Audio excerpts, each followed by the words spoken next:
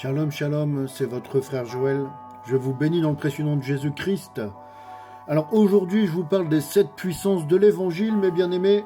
Donc c'est maintenant, je vous en parle parce que je me suis aperçu tout simplement que certains croyants avaient oublié ces choses fondamentales et que d'autres, peut-être tout simplement, n'en avaient pas conscience. D'accord ? Allez, c'est maintenant, c'est parti, les 7 puissances de l'évangile. Si ce thème t'intéresse, n'hésite pas à liker, à commenter et à partager. Que le Seigneur vous bénisse. On va commencer par lire une portion. Je vais vous lire ça ici. J'ai noté ça ici sur mon écran. Donc, Deutéronome 28:7.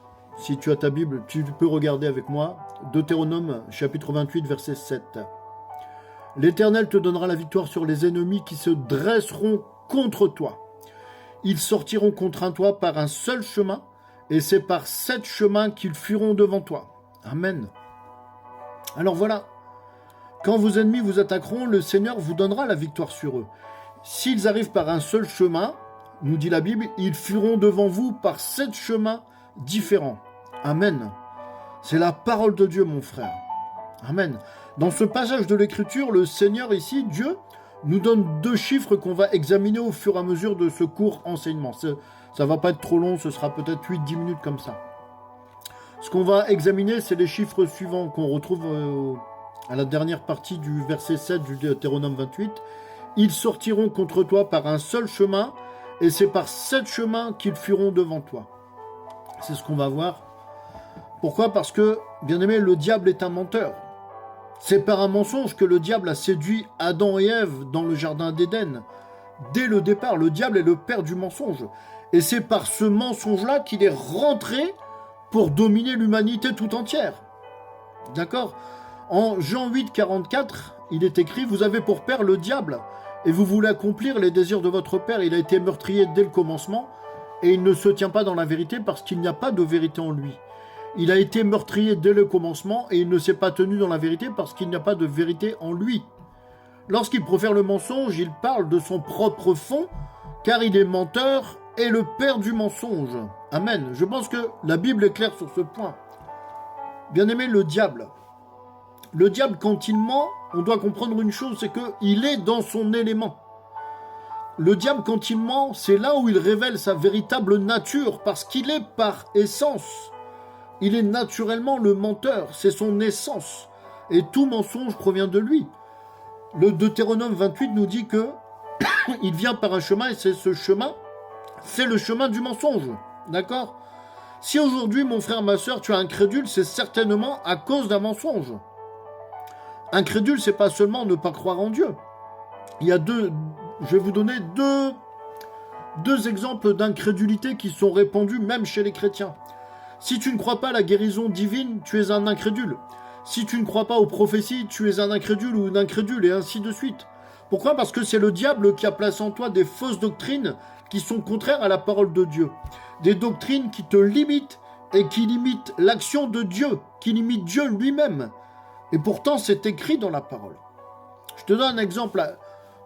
C'est un exemple qui me vient en tête quand j'étais à l'école. La petite voix de ce professeur qui revient en toi et qui te disait « Mais Dieu n'existe pas, voyons, ce sont des contes pour enfants. » Mensonge. On ne doit pas oublier une chose. Le mensonge, quand tu le reçois, alors déjà, ne pas rejeter le mensonge, c'est le recevoir. Mais quand on entend un mensonge, on doit le rejeter. On doit rejeter les mensonges parce que les mensonges ont pour père le diable. Donc le mensonge, quand tu le reçois, c'est une porte que tu ouvres au diable. Même si tu n'en as pas conscience, la plupart du temps, on n'en a pas conscience. Quand on reçoit un mensonge, on ouvre une porte au diable. C'est comme ça. Croire les mensonges de l'ennemi, c'est lui donner un accès. C'est lui donner la possibilité d'agir dans ta vie, d'agir contre toi. Voilà, parce que croire, c'est agir. Voilà les 3 chemins que le diable utilise pour nous dérouter de la volonté de Dieu. Premièrement, tes pensées. Deuxièmement, tes émotions. Troisièmement, tes paroles. Pensées, émotions, paroles. Voilà les 3 chemins que le diable utilise pour nous dérouter de la volonté de Dieu, de la parole de Dieu. Et on doit bien comprendre une chose, c'est que le diable et l'ennemi nous mentent d'une manière répétitive, il ment constamment. Et il ment aussi, bien entendu, par la voix des gens. Observe ton environnement, tu verras qu'on nous ment tout le temps et partout. Bref. L'essentiel, c'est que Dieu nous a donné la solution. Et Dieu nous a donné 7 solutions. Alléluia. 7 chemins qui vont mettre l'ennemi en déroute. Parce que le chiffre 7, qu'est-ce que c'est dans la Bible? Le chiffre 7, ça représente la perfection spirituelle et l'accomplissement. Parce que tout est accompli, notre victoire est acquise. Amen.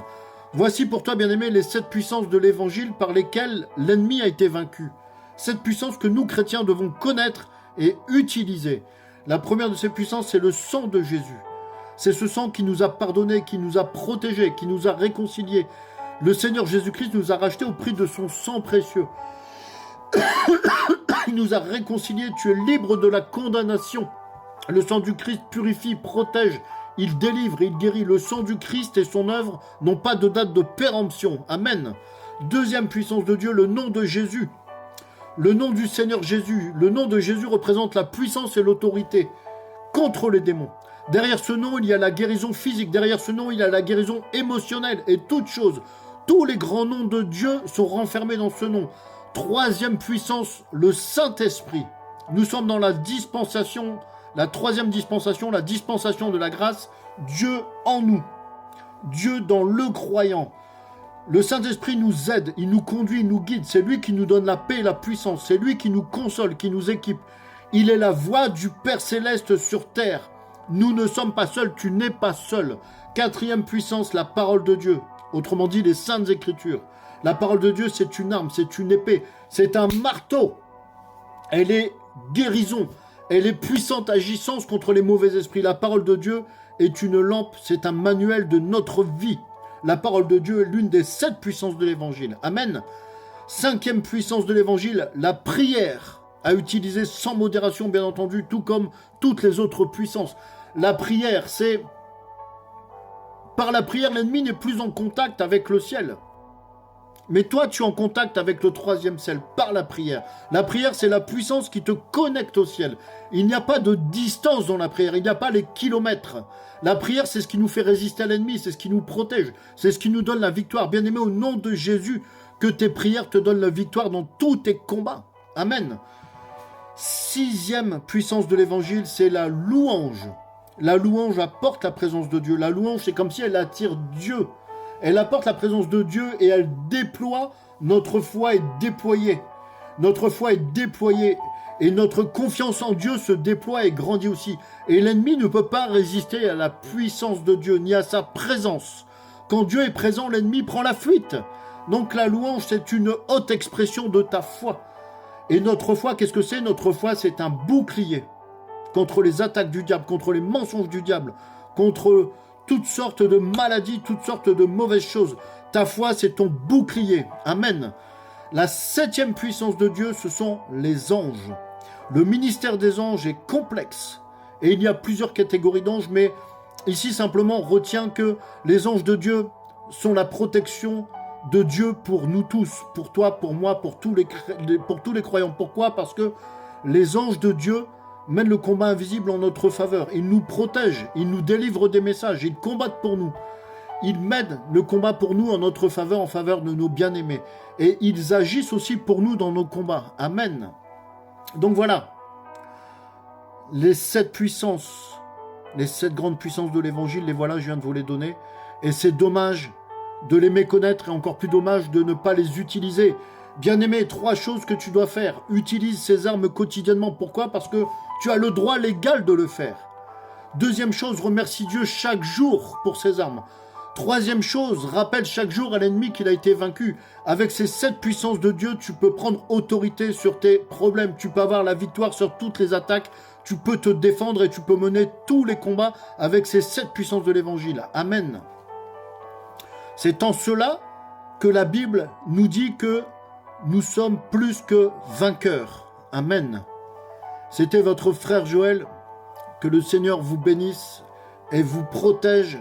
N'hésitez pas à partager, c'est très important. C'est un court message, mais il est très important parce qu'il contient un enseignement qui est précieux. Que le Seigneur vous bénisse abondamment. Je vous dis à très bientôt. Shalom, shalom.